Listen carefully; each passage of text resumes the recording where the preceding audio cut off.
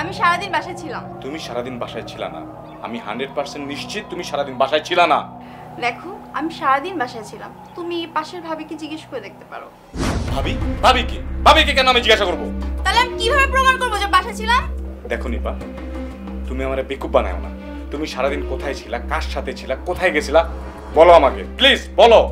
তুমি আমাকে বিশ্বাস করছো না কেন মারুফ? কারণ তুমি আমাকে মিথ্যে বলছো। যদি তুমি আমাকে বিশ্বাস না করো তাহলে আমার কিচ্ছু আসে যায় না, ওকে? মানে কি বলতে চাও তুমি? প্লিজ তুমি চুপ করে থেকো না। অ্যানসার মি, উত্তর দাও আমাকে।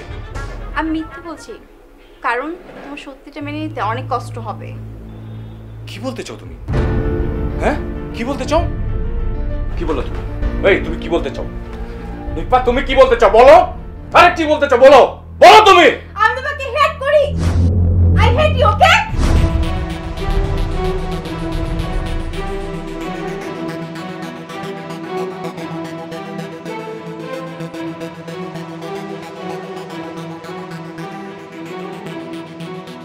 ওই কি বলছো তুমি? আবার বলো। শোনো রে তুমি, আমি তোমাকে ঘৃণা করি আর আমি আরেকজনকে ভালোবাসি। এখন তুমি কি করবা? নাম কি তার? নাম জানার কি দরকার তোমার?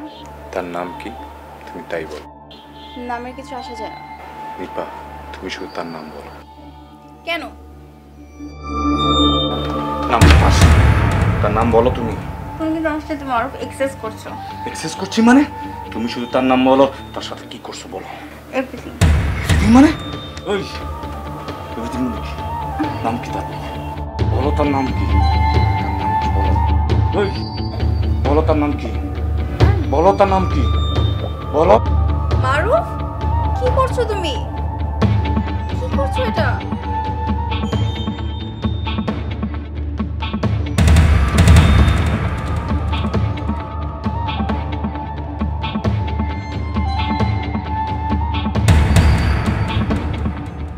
সন্দেহ এমন একটি বিষয় যেটি একটি ভালো সম্পর্ক খুব সহজে নষ্ট করে ফেলতে পারে। আমাদের গল্পের ছেলেটি সারাদিন অফিসে থাকে, বাসায় একাকী থাকে তার সুন্দরী স্ত্রী।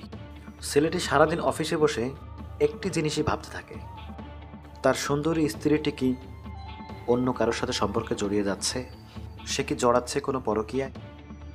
আমাদের এই স্ত্রীটির জন্য এটি শুধুমাত্র একটি সন্দেহ, কিন্তু সমাজে এমন অসংখ্য স্ত্রীলোক আছেন যারা এই সম্পর্কে জড়াচ্ছেন।